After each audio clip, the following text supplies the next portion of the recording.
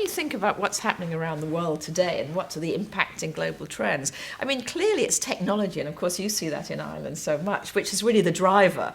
What that's done is to build incredible connectivity. I mean, imagine that 5 billion people are going to be connected. And from that has come other sorts of global trends. For example, I'm going to talk today about the hollowing out of work. You know, the fact that the middle jobs have disappeared, they've been outsourced, they've been automated. What's left is low-skilled jobs or high-skilled jobs that require a lot more preparation. And then, of course, there's some big trends that are coming up that we're not quite aware of yet.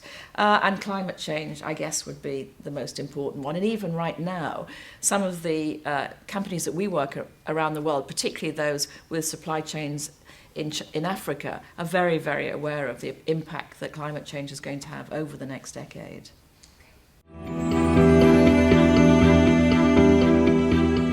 Well, in my book, The Key, it comes out in June, I talk about 3 levels of response, and it's really around resilience. I think organizations need to build resilient people.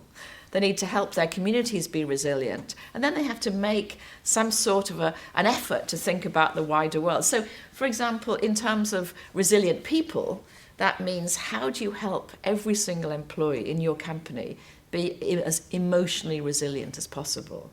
How do you help them really harness the intellect they've got? And how do you really connect them to each other so you get that amazing wisdom of the crowd?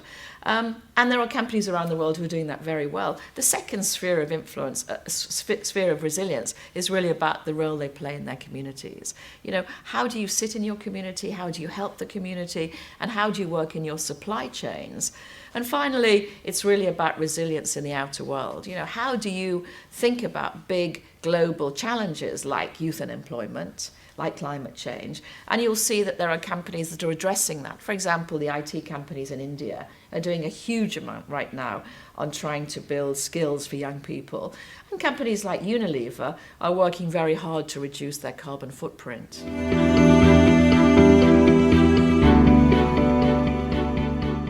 Well, it seems to me that beyond all the things we've always said about leadership, there are 2 aspects that are becoming really important.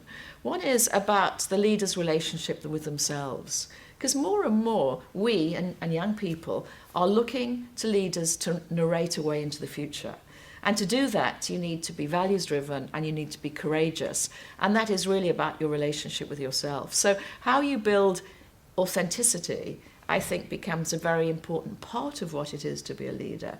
But leadership isn't just about what you do inside. It's also about your what I might call the outer journey, you know, how you see the world.